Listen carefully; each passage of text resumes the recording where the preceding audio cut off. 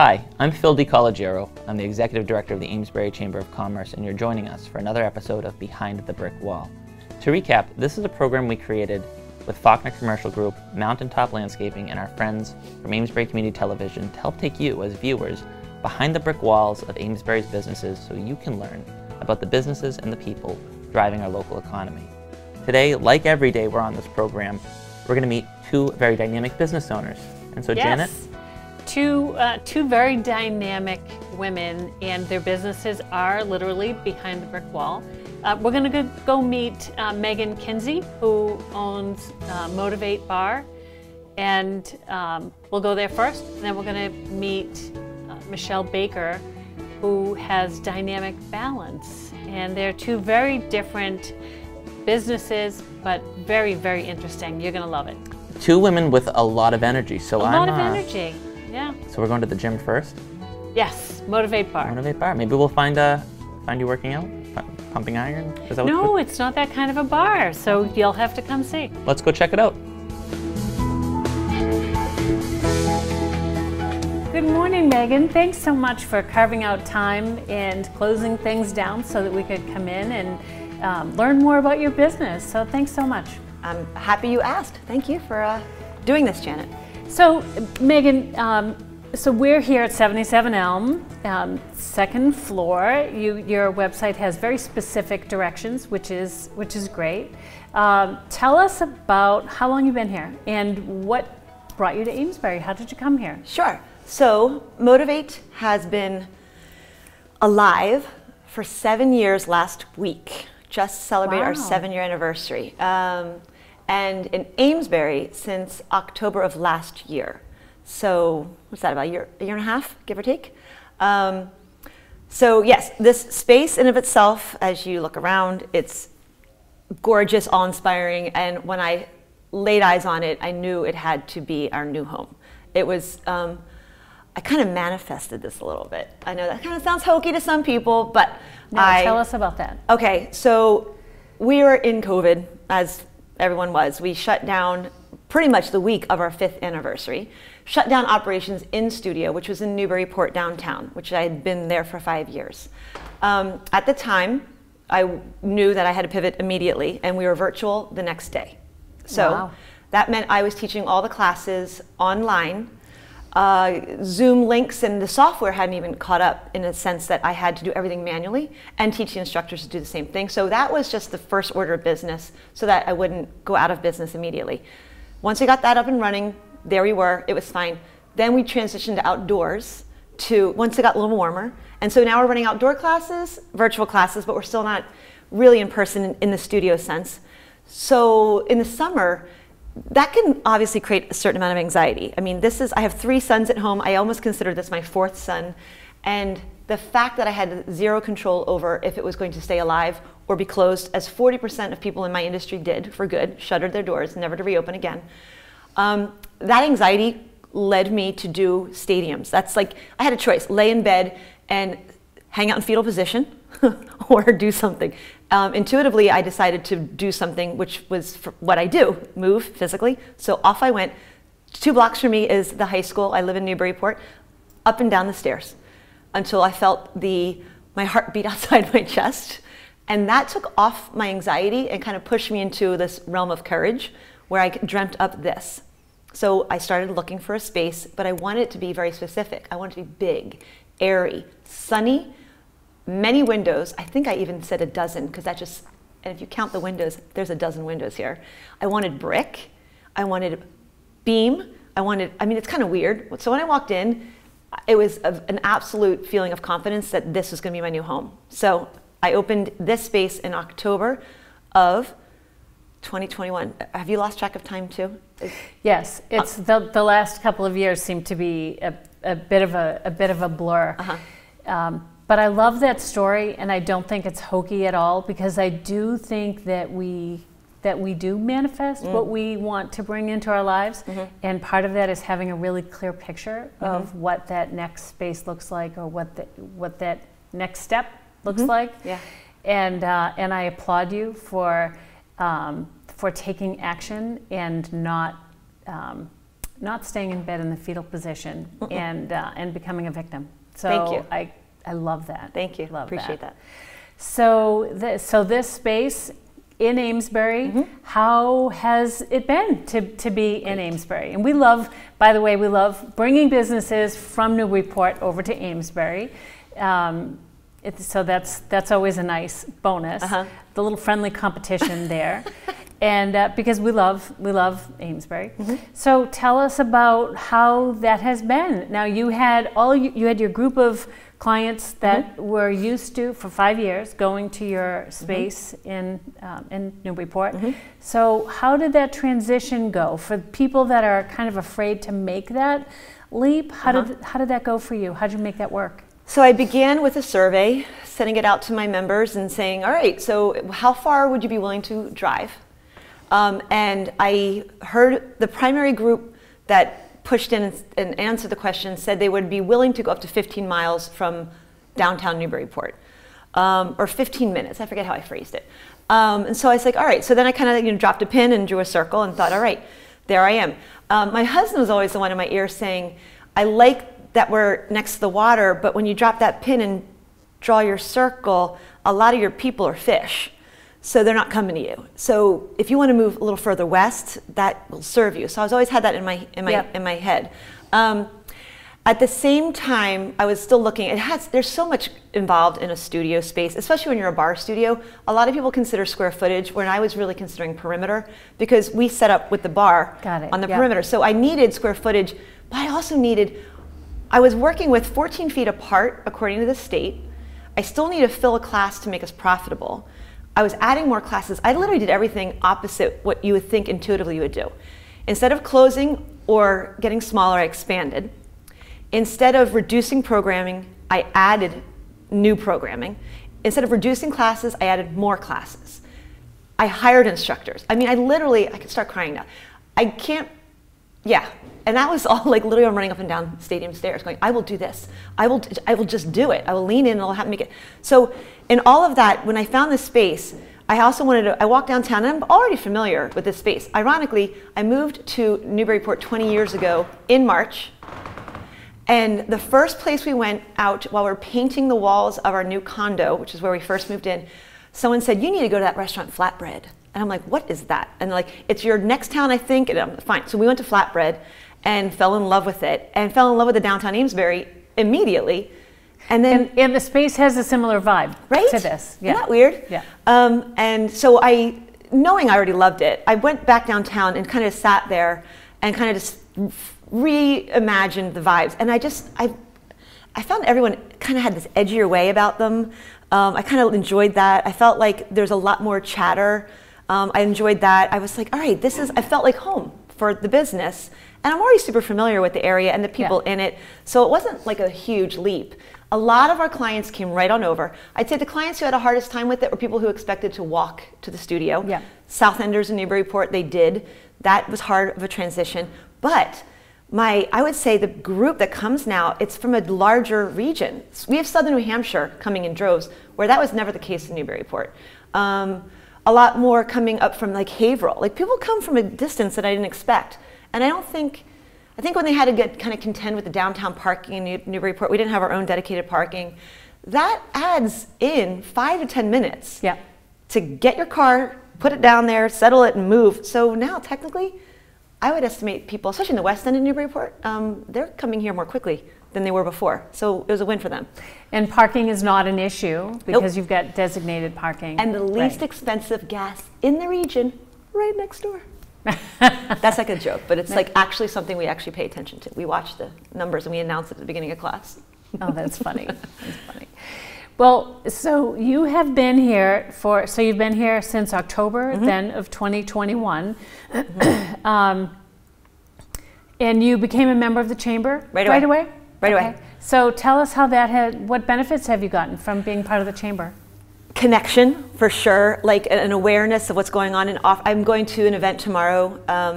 It's funny, I'm trying to think if I just joined first or he and I spoke on the phone. But I remember when he first took the call, he was the one who took the call. And I think, if I'm not mistaken, we talked for like an hour. I was like, this is interesting. Like, I think I made a joke. I said, you don't come off like a nonprofit. And I've worked in the nonprofit sector. I was an elected official, a city councilor in Newburyport, so I'm familiar with working in that realm. I'm familiar with working for like a big corporate, you know, small family. So I've been paid every single way you can get paid. And yeah, did I have a little set of expectations for a nonprofit? Yes, I was biased. And I was like, dude, you're knocking it out of the park. And I remember him kind of like laughing. He's like, I'll take that as a compliment, I think. I'm like, oh, you should. Yeah. Like, you're advocating in such a way that makes me feel very wanted and like clicked in. I've already brought like stuff over there to get photocopied and you know, what is it called? The plastic stuff sheeting. Laminate. I'm like, you're a laminator? I'm like, and that's just part of the gig. So I appreciate that about him. That's great. Very much, yeah. Good. So tell us, what was your background before? How did you get into opening a bar studio? How long do you have? So I'm a teacher by trade. That was actually after a stint in medical sales. So I'd been in the business world doing the whole business suit back when you could bring bagels to the doctor's offices and coffee and, you know, bend their ear.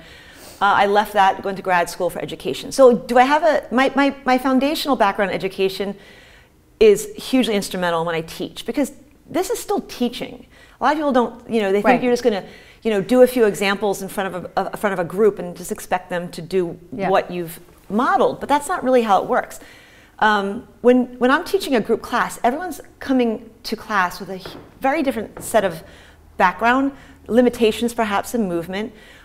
Their strengths and their weaknesses are different from the person next to them. Some people might learn, you know, by listening to the cues, some visually, some because I'm going to actually put my hands on there and adjust them. So I need to be aware of all the different opportunities for teaching and make sure my instructors are. Fortunately, an amazingly skilled set of instructors that I don't even have to work that hard. Like, we attract such a great group of instructors, so that's a win right there. So having that foundational background sets me up already for, I feel like, being a good teacher. I became a bar instructor though when after the birth of my third son. I was kind of like, there were boom, boom, boom, 3 kids in a row, and I was staying at home, and I was still kind of antsy for something outside the house, but not willing to be committed to the point where I couldn't really be primarily at home. So that started out with being a childbirth instructor. I got certified in that, and then I became a bar instructor almost simultaneously. I fell in love with bar instruction and never left it. I worked for the woman who owned the studio. Someone else bought it. I worked for her for years, and I loved it. But when the kids started aging into the place where I felt like I could actually work again, I automatically thought I was going to go back into the classroom, but my heart was really pulling me elsewhere, and I knew it was to this. I have taken 0 business classes in my life, but there was an intuition. I'm very middle-brained. I feel like I had boots on the ground for long enough that I knew I could do this, so I did it. I literally I saved my money. I didn't even take a loan out. I literally like squirreled away from, I was teaching people bar privately as well, and I opened. And it was such a labor of love, my first, you know, spot, and the people opened the door, and I had been teaching for years in Newburyport, so people knew and they followed me in. Right. And off and running we were. I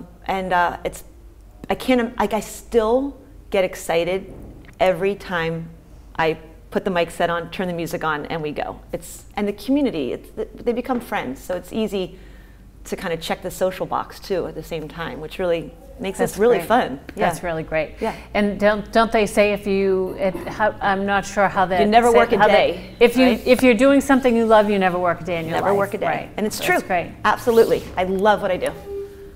Yeah. And do you ever think that it's the lack of formal business training and education that maybe, instead of saying, well, then I need to do this, this, and this, that maybe kind of expanded the possibilities and made it more, when, you know, made it easier to think outside of the box? Maybe I would have been a little more white-knuckled, because I felt like I wasn't working in the confines of like, well, what are your key performance indicators, and what's your business plan? When someone actually said, well, you have a business plan, right? I said, I suppose I do, but it's in here. Like literally, like I'm very intuitive.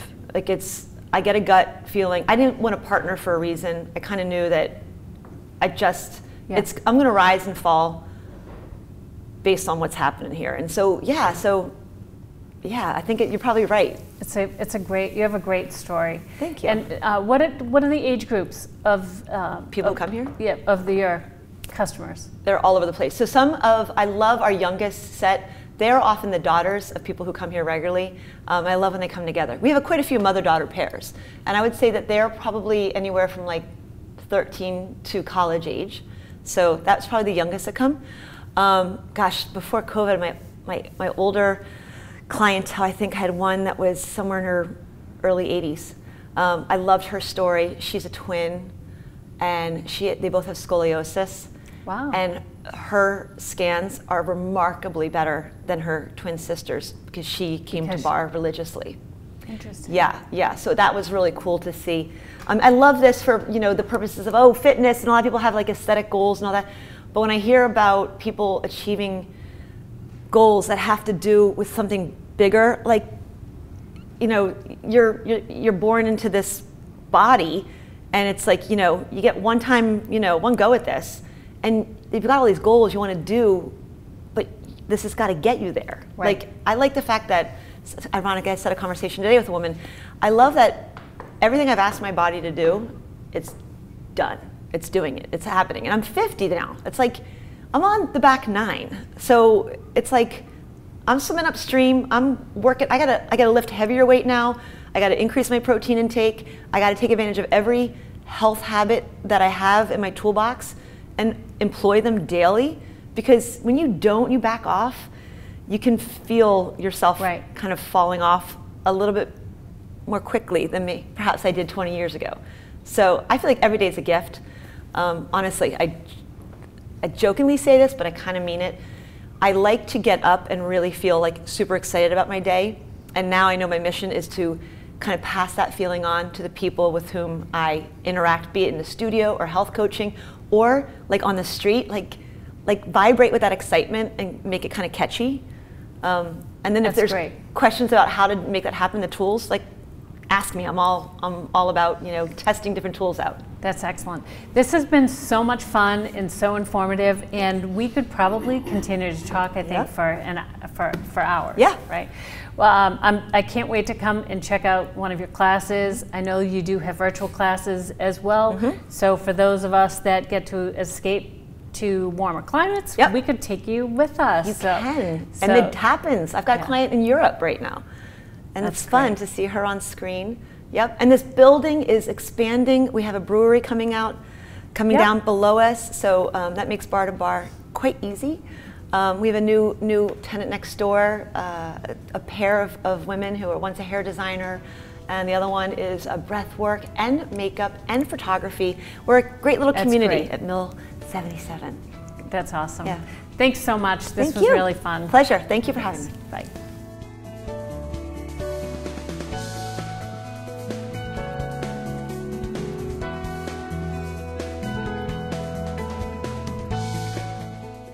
Well, it looks like she got you working out.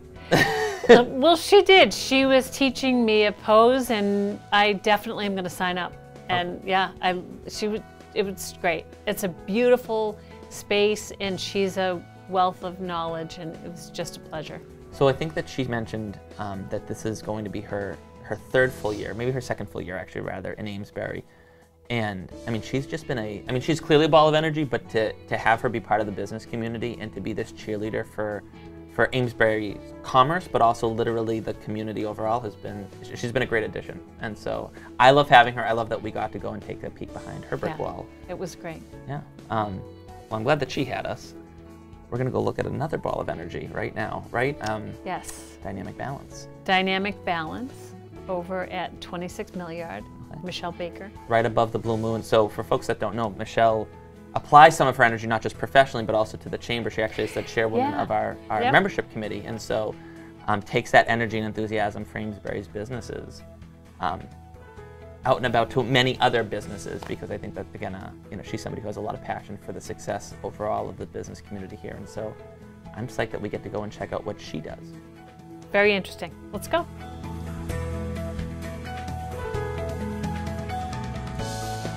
Well, hi, Michelle. Thank you Hi. so much for carving out time out of your schedule to do this so that we get to see and hear more about what you do. Thank you. So now I've known you for years when you did massage, and we're going to learn about dynamic balance, which you've been doing for how long? So I started my practice in 1996, and it was called Guaranteed Fitness, and over the years Right, it had right. evolved, and when I introduced massage therapy, it became Guaranteed Fitness and Body Works, but then I eliminated exercise altogether, and so I had to change the name. And so Dynamic Balance was premiered, I would say, 2016. And you're here at 26 Millyard. Yes. So you're right here in the heart of Amesbury, so that people can find you. So what is your specialty? Tell me a little bit about what you do. So right now, my biggest focus is working on what's called neurofeedback. I do that with all ages, kids and adults alike. It is a learning tool for the brain in order to regulate brain speeds that may contribute to symptoms of things like anxiety or depression or learning challenges. For older individuals, memory may become compromised over the years, so it's an exercise basically for the brain. And Interesting. it's very interesting and very simple in such a complex way, but it is activating certain areas of the brain, bringing energy into the neurons, and they're getting excited and they're firing with each other. Especially when it comes to older brains, you may lose a lot of the connectivity because a lot of things go dormant because we're not using those areas. So it's really good for memory and for things like onset of dementia and to try to keep the brain activated. With kids, because kids are in a constant state of firing, sometimes there's so much stimulation that they're firing too much. There's a lot of activity going on in there. And so that can be represented in their behavior. And what this neurofeedback is doing is teaching a brain speed that is going, let's say, at 50 miles per hour, but we want to teach it to go 20 miles per hour. So, Interesting. yeah. Interesting. In all different ages, how young are the children that you treat? So far, the youngest I've treated is 5. Most of these kids, especially, generally have either a learning challenge or a behavioral challenge in school, but the parents are usually coming to me because they don't want to medicate and they want to try to do something else that helps to teach the kids how to regulate their nervous system. And so the neurofeedback is one part of what I'm doing.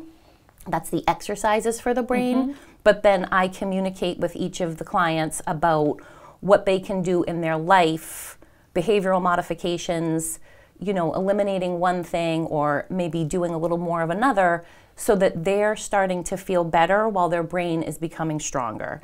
And in general, kids and adults, they want to feel better. Right. Right. So I love especially working with kids because they're kind of like a clean slate. They're still willing to almost do whatever you ask them to do, especially if there's a positive reinforcement and reward.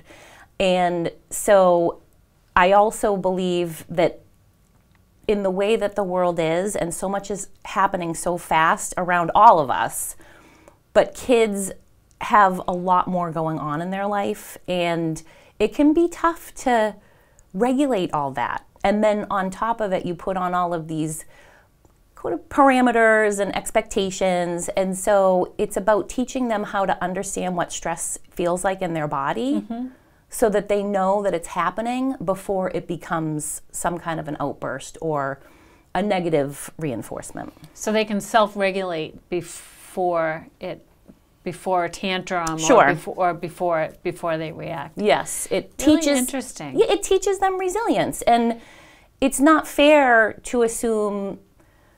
And I keep talking about little children, but I do work with all ages, right?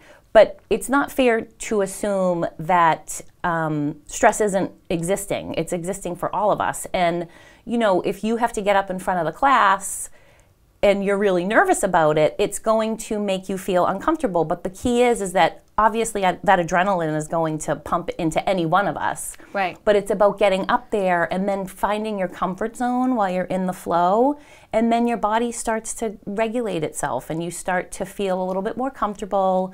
And that's one random example, but there's so many other examples. You know, if a young person is in a situation that they're uncomfortable with, or they're fighting with their parents, in the previous sense, especially with some kids, it could have been an all-out blowout, you know, screaming and being really upset. But if you come to a compromise, and also communication is a big thing that I do to teach kids how to communicate, and also teach parents how to communicate with their kids in a way that is a little bit more understanding in their age category, then if there's communication, you both come out successful, and you both want to feel like you have created a positive end to the result. So Michelle, your businesses have evolved to get to where you are right now. So tell me a little bit about your education background and how you've evolved over the years. Okay, so I was always very interested in the human health system. I started at Salem State College. I got a degree in exercise science, and I ended up doing therapeutic exercise, working specifically on neuromuscular conditions for about 22 years exclusively. I wanted to incorporate soft tissue therapy because it's not just one thing that fixes the body, right? And so I always was very interested in massage, and I connected with people when I was able to touch them and, you know, feel sort of their energy. And I also ended up getting a license in polarity therapy, which is basically understanding the human energy system as well.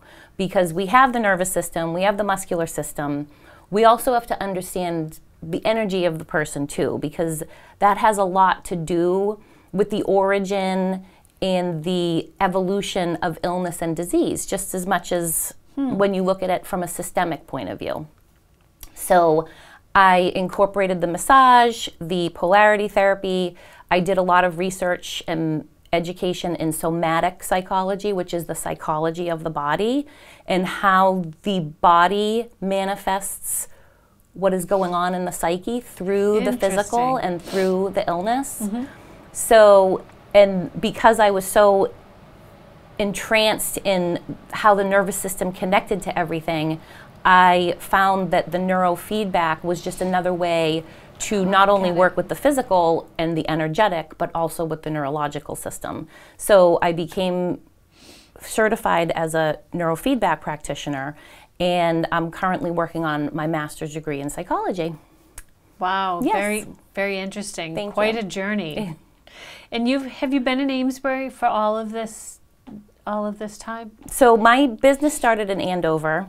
I took about a 10-year leave from Andover traveling and studying, and I ended up back in Amesbury in 2011. And I've been here ever since, and my son is basically what I would consider a townie now because he came as a little person. So we're here for the long haul. I love this community. I love the history, and even having my office in the center of everything makes me feel really at the center of just the heartbeat. Right, and you are. This location is the center, pretty much the center of Amesbury. You're also really involved with the chamber, so tell us a little bit about that and how being part of the chamber has benefited you. When I started my business so many years ago, I believed that being part of a chamber of commerce was a way to be part of the community, but in a business sense. And I was able to get quite involved when I was living in the Merrimack Valley. And so when I moved here, it was one of the first things I looked into. Where is the Chamber of Commerce? And I got involved right away. I was involved in the membership committee and have eventually become the chair of the membership committee, and I also sit on the board of directors.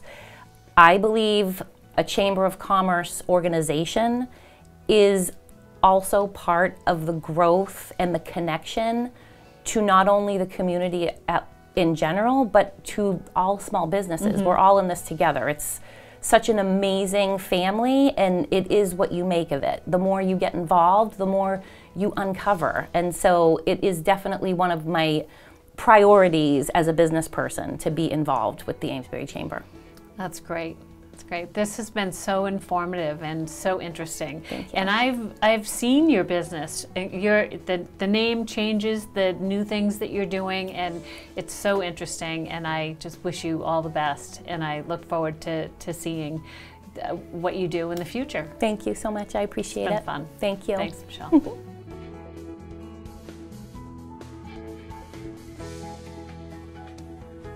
Well, that was fun. I'm glad we got to go and check out Michelle's business. Yeah, it's very interesting, and it's so much fun because I've known Michelle, known of her, I haven't known her well, but it was so interesting to hear her story and how her business has evolved, and it was very, very interesting. She's a dynamo. I mean, it's unique too. I mean, when I first got hired and she explained it to me, I remember she needed to go through it a couple times.